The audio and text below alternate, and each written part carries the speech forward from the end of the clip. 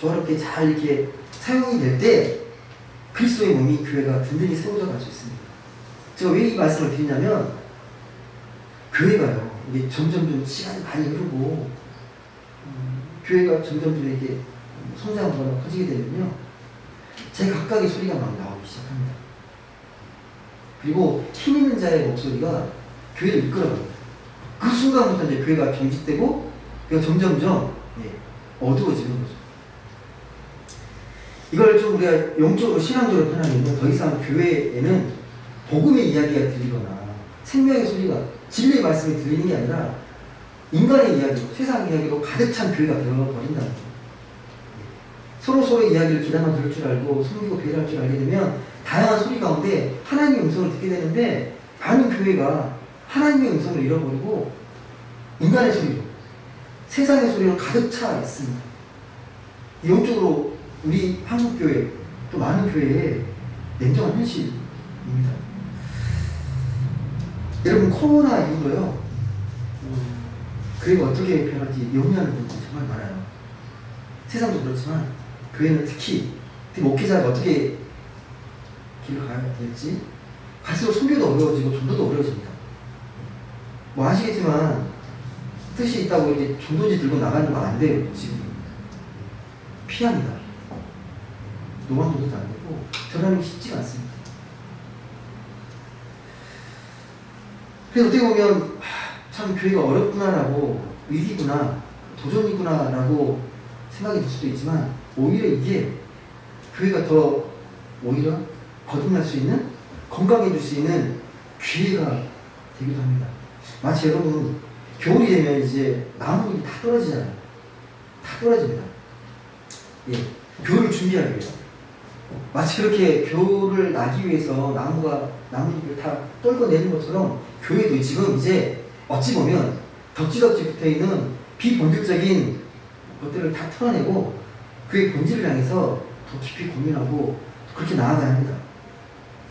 우리가 교회의 본질에 더 집중하게 되면요 분명 교회는 든든히 세워져 갈 겁니다. 모르겠어요. 좀 더 시간이 지나면요 진짜 건강한 교회, 생명력 있는 교회랑 그렇지 않은 교회가 또 나눠질 겁니다. 분명히 나눠질 겁니다. 오늘 이사야 56장 1절 말씀을 보면 그래서 우리가 뭐에 대해서 집중해야 될지가 분명히 기록되어 있습니다.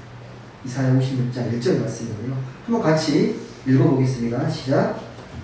여호와께서 이와 같이 말씀하시기를 너희는 정의를 지키며 의를 행하라. 이는 나의 구원이 가까이 왔고 나의 공의가 나타날 것입니다. 예, 핵심 키워드가 다 두 개 나옵니다. 뭡니까? 뭘 지켜야 하는 겁니까? 정의와 공의. 정의와 공의를 지키라고 말씀합니다. 그러니까 교회가 건강해지려면 생명력 있는 교회가 되려면 이 정의와 공의가 매우 중요합니다. 여러분 많이 들으셨죠? 정의와 공의. 여러분 세상이 정의롭습니까? 어떠세요? 여러분 사는 세상은 야 정말 공평한 세상이다. 정의로운 세상이라고 여겨주십니까? 왠지 힘 있는 사람들, 뭐 돈이 많은 사람들에게는 법이 좀 피해가는 것 같은 느낌 안 드세요? 약자들에게 엄격하게 조인데 우리 사회의 신뢰가 많이 무너지는 것 중에 하나가요 이런 법이 공정하게 집행되지 않기 때문일 수도 있습니다. 저도 이렇게 느끼는데 얼마나 많은 사람들이 느끼겠습니까? 아 법은 정의롭지 않아 라고 많이 생각할 겁니다. 하나님은 그런 세상을 싫어하십니다. 그리고 승자가 격식하고 또 양육강식, 이 경쟁의 사회가 되는 것들을 하나님은 매우 경계하십니다. 하나님은 약한 자를 배려하고 혹시 뒤처지는 사람이 있으면 그들을 보듬어 안아서 새로운 기회를 주는 사회를 하나님은 기뻐하십니다. 말씀 읽어보십시오. 하나님의 정의와 공의가 어떤 걸 이야기하는지 지금의 모습은 절대 아닐 겁니다. 여러분 그게 정의와 공의예요. 약자들을 더 배려하고 그들을 더 아끼고 그들을 섬겨나가는 것, 그들이 함께 이 세상을 살아가는 소중한 존재라고 깨닫게 되는 것, 그게 바로 하나님의 정의와 공의입니다. 하나님은 이런 정의와 공의를 지키는 자가 복이 있다 하나 말합니다. 복이 있는 자가. 여러분, 그래서 정의를 생각하고 공의를 생각하는 사람은요, 자기 생각에 매몰되지 않아요. 자기 세계, 자기 성에 갇혀있지 않습니다. 늘 다른 사람의 마음을 헤아릴 줄 알고 다른 사람의 소리에 귀를 기울일 줄 압니다. 왜? 그게 진짜 삶인 걸 알기 때문에. 여러분, 우리는 결코 혼자 살 수 없습니다. 아, 나 혼자 살 수 있어라고 말하는 사람들 거짓말입니다. 절대 혼자 살 수 없습니다. 누군가의 도움, 타인들과 함께 살아가야 합니다.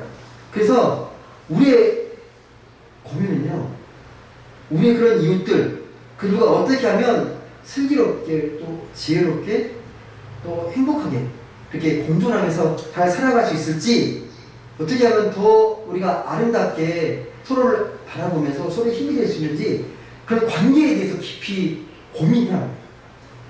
내 이웃에 대해서. 가끔 저는 이제 EBS 교육방송을 많이 보거든요. 유익한 게 되게 많아서 가끔 보게 되는데, 그 중에 그 세계 테마 기행이라는 프로가 있어요. 혹시 보신 적이 있는지 모르겠어요. 무슨 프로냐면, 여행 전문가가 세계 그런 여러 곳에 돌아다니면서 그곳의 어떤 풍경이나 문화나 삶을 소개하는 거예요. 그걸 프리젠터라고 말하잖아요. 근데 그 프리젠터 역할이 되게 중요하더라고요.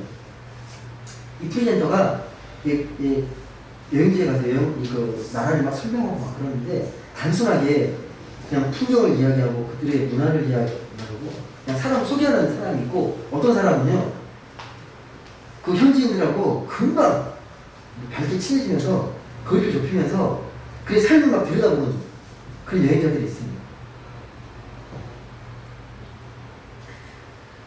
우리의 모습이 후자가 되어야 되거든요.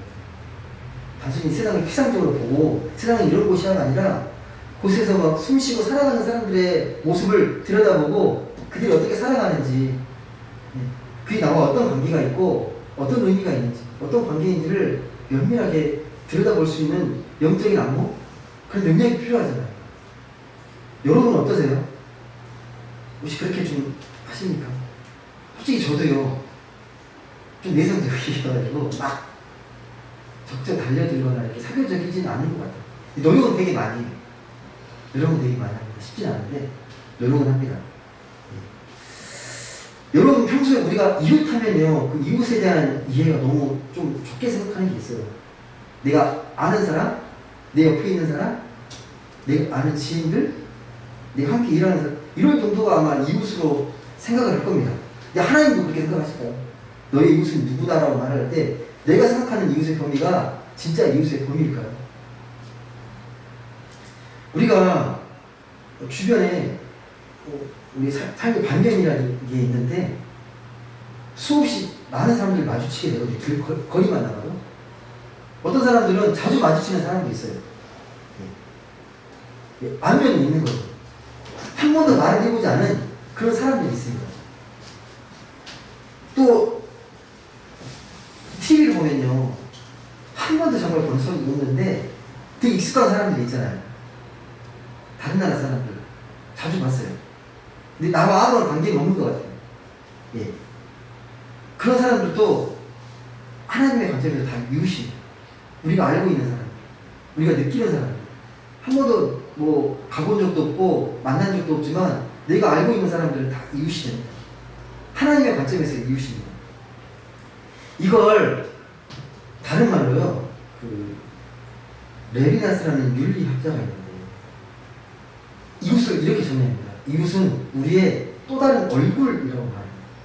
이웃은 나와 아무런 관계가 없는 게 아니라 또 다른 나의 얼굴이다. 여러분, 만약에 여러분이 지금 이곳이 아니라 다른 나라, 다른 지역, 다른 시대에 태어났다면 지금 여러분의 얼굴은 그 얼굴이 아닙니다. 다른 얼굴로 살아가고 있을 겁니다. 이웃을 그런 마음으로 바라봐야 된다는 거예요. 주보에 저희가 뭐 기도 제목으로 미얀마, 아프가니스탄 제가 같이 기도하자고 써놨잖아요. 우리가 무슨 관련이 있길래 이분들을 위해서 기도합니까? 만약 여러분이 이곳에서 만약에 태어나셨더라고요. 여러분, 그런 얼굴을 하고 계셨을 거예요. 남이 아니라는 거예요. 그래서 우리는 기도해야 합니다. 그런 의미에서 우리는 하나님의 자녀라는 거예요.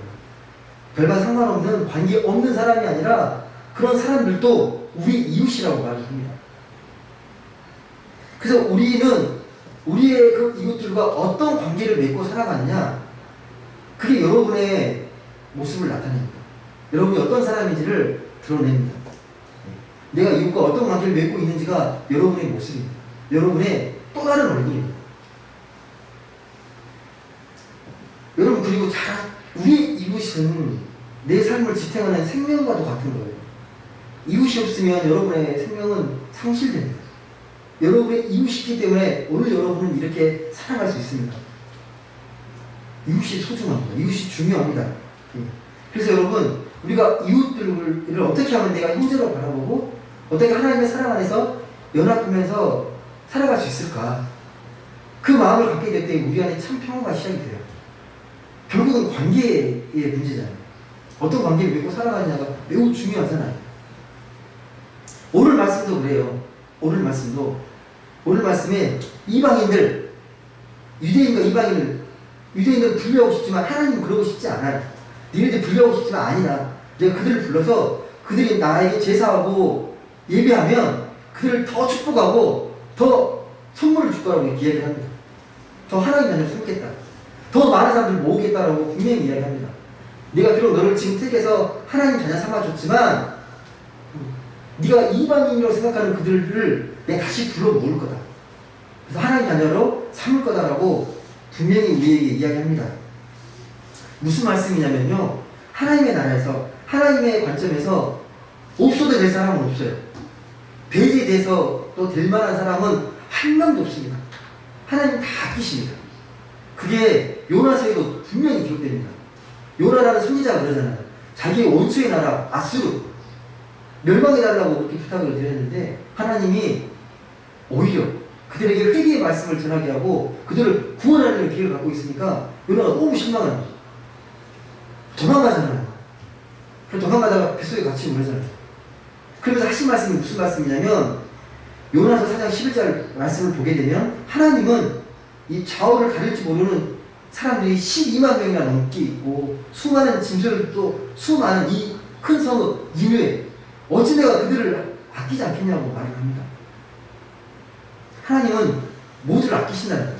우리를 사랑하시는 것만큼, 우리가 소중한 것만큼 세상의 모든 사람들도 아끼고 사랑한다는 겁니다.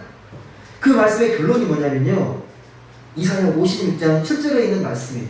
이 말씀을 꼭 기억하셔야 합니다. 한번 같이 읽어보겠습니다. 하나님의 마음 깊이 새기시면서 이사야 56장 7절 같이 읽어보겠습니다. 시작. 네가 곧 그들을 나의 성산으로 인도하여 기도하는 내 집에서 그들을 기쁘게 할 것이며 그들의 번제와 희생을 나의 제단에서 기꺼이 받게 되리니 이는 내 집은 만민이 기도하는 집이라 일컬음이 될 것입니다. 한마디로 더 많은 사람들을 불러서요, 이 성전이 너네들만을 위한 것이 아니라 모든 사람들을 위한, 만민을 위한 기도하는 집이 되게 할 거라고. 이 말씀 누가 하십니까? 예수님께서 성전을 청소하시면서 얘기하셨잖아요. 개혁하시면서. 이곳은 장사의 소굴이 아니다. 도둑의 소굴이 아니다. 누구나 와서 기도할 수 있는 기도의 집이 되어야 된다. 만민이 기도하는 집이 되어야 된다라고 이 말씀을 인용해서 이야기하십니다. 여러분, 그래서 교회는요, 모두에게 열린 교회가 돼요. 우리만을 위한, 우리가 기뻐하는 교회가 아니라 모두에게 열린 교회가 되어야 되고 세상을 환대하는 교회가 되어야 합니다. 이런 문제에 더 깊이 고민하고 우리가 그 길을 어떻게 걸어갈 수 있을지 지혜를 모아야 합니다. 힘들고 연약한 사람들을 돕고 섬길 수 있도록 그들 곁에 어떻게 하면 더 가까이 다가갈 수 있는지를 고민해야 합니다. 저희 교회도 그런 길을 걸어가려고 합니다. 우리 교회 그 사명은 제가요, 그 홈페이지에 그 목회, 문화 목회 칼럼에 두 번째 이제 써놨거든요. 거기 제 생각이 다 담겨 있습니다. 왜 교회를 하려고 하는지, 왜 문화 선교를 하려고 하는지 그에 대한 구체적인 이야기가 거기 다 쓰여 있습니다.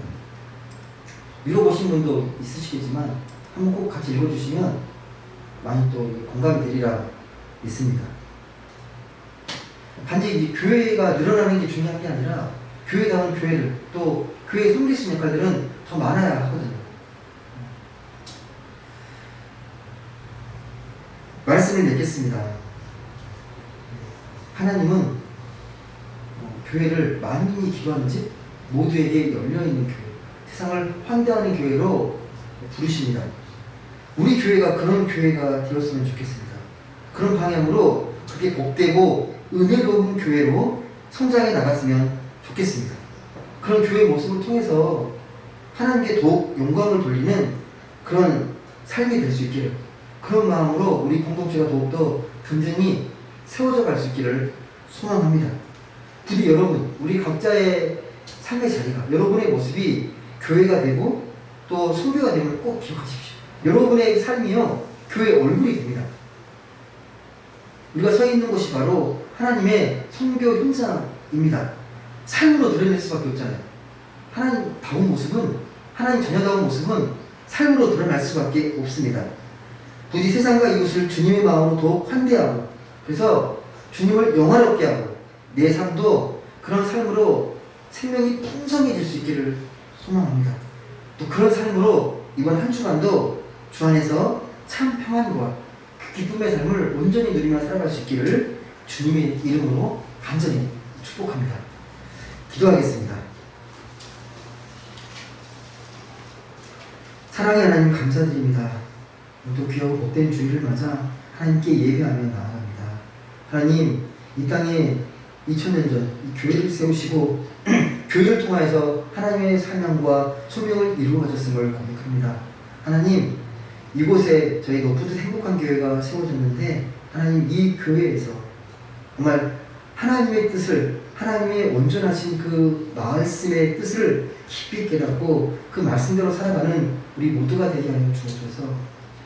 나만을 위한, 또 우리만을 위한 삶이 아니라 세상을 향한, 또 세상을 환대하는 그런 교회로서, 또 성도로서 살아갈 수 있도록 하나님, 우리를 성령께서 축복하여 주시고 능력을 더하셔서 그 귀한 삶을 잘 살아갈 수 있도록 하나님 역사하여 주시옵소서.